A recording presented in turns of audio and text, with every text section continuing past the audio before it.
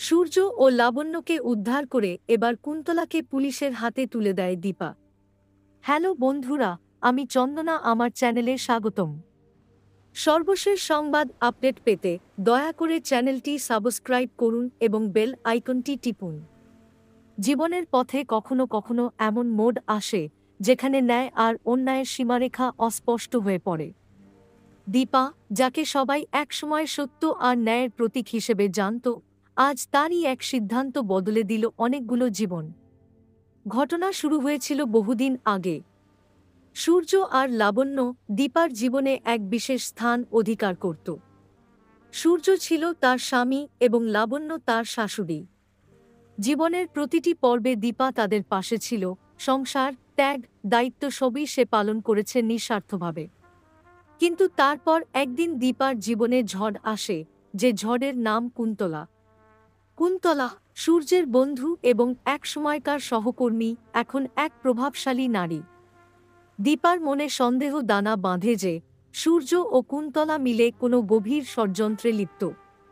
লাবণ্য প্রথমে দীপাকে বোঝানোর চেষ্টা করে, কিন্তু দীপার মনে তখন কেবল একটাই লক্ষ্য, কুন্তলাকে ফাঁসানো। একদিন দীপা জানতে পারে পুলিশের হাতে এমন কিছু প্রমাণ আছে যেগুলো কুন্তলার বিরুদ্ধে ব্যবহার করা গেলে তাকে গ্রেপ্তার করা সম্ভব। কিন্তু তার আগে দরকার আরও তথ্য, আরও কৌশল। দীপা তখন সূর্য ও লাবণ্যের সাহায্য চায়, কিন্তু তারা এতে সহযোগিতা করতে নারাজ হয়। তারা জানিয়ে দেয়, কুন্তলা যতই সন্দেহজনক হোক না কেন, তার বিরুদ্ধে নিশ্চিত প্রমাণ না পাওয়া পর্যন্ত তারা কিছুই করতে চায় না। এরপরই দীপার ভেতরে এক অদ্ভুত পরিবর্তন আসে। সে আর বিচার বা সত্যের পথে হাঁটে না, বরং সে সিদ্ধান্ত নেয় কুন্তলার বিরুদ্ধে নিজেই এক ষড়যন্ত্র তৈরি করবে, একটা ফাঁদ। কিন্তু সেই ফাঁদ তৈরি করতে গিয়ে দীপা যে নিজের পরিবারের মানুষদের ব্যবহার করবে, সেটা কেউ ভাবতে পারেনি। একদিন দীপা সূর্য ও লাবণ্যকে এক নির্জন স্থানে ডেকে পাঠায়। সে জানায় কুন্তলা এখানে আসবে এবং তার সব অপরাধ স্বীকার করবে। কিন্তু বাস্তবে সেখানে অপেক্ষা করছিল এক ভয়ঙ্কর চক্রান্ত।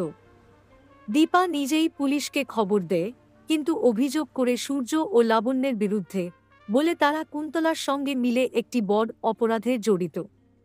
পুলিশ এসে সূর্য ও লাবণ্যের বিরুদ্ধে অভিযোগ পায়। যদিও কোনো নিশ্চিত প্রমাণ না থাকায় তারা গ্রেপ্তার না হলেও সন্দেহের তালিকায় নাম উঠে যায় তাদের। এই ঘটনায় দীপা দৃষ্টিভঙ্গিতে যেন এক অজানা অন্ধকারে হারিয়ে যায়। এরই মধ্যে কুন্তলা জানায় দীপার অভিযোগ সম্পূর্ণ মিথ্যা, বরং দীপা নিজেই একসময় কুন্তলার সঙ্গে কিছু আর্থিক লেনদেনে যুক্ত ছিল। যদিও তা পুরোপুরি প্রমাণিত হয়নি, কিন্তু সন্দেহের বীজ সমাজে রোপিত হয়ে যায়। একদিন সূর্য দীপার কাছে প্রশ্ন করে, তুমি কি সত্যিই চাও কুন্তলা শাস্তি পাক, নাকি তুমি শুধু তোমার নিজের রাগ মেটাতে চাও? দীপা কোনো উত্তর দিতে পারে না, কারণ তার ভেতরেও তখন প্রশ্ন জেগেছে, সে কি আদৌ ন্যায়ের পথে আছে? দিনের পর দিন কুন্তলা মুক্ত হয়ে ঘুরে বেড়ায়, অথচ সূর্য ও লাবণ্য সমাজে অপমানের শিকার হয়। দীপা তখন বুঝতে পারে সে যা করেছে তা ন্যায়ের পথ নয়, বরং এক প্রতিহিংসার জালে নিজেকেই ফাঁসিয়েছে। অবশেষে একদিন দীপা সিদ্ধান্ত নেয় সে সত্যের সামনে আত্মসমর্পণ করবে। কিন্তু তখন অনেক দেরি হয়ে গেছে। সূর্য আর লাবণ্য তাকে ক্ষমা করতে চায় না। কুন্তলা তখন সমাজে আরেকটি উচ্চস্থানে পৌঁছে গেছে। এই গল্প আমাদের শেখায়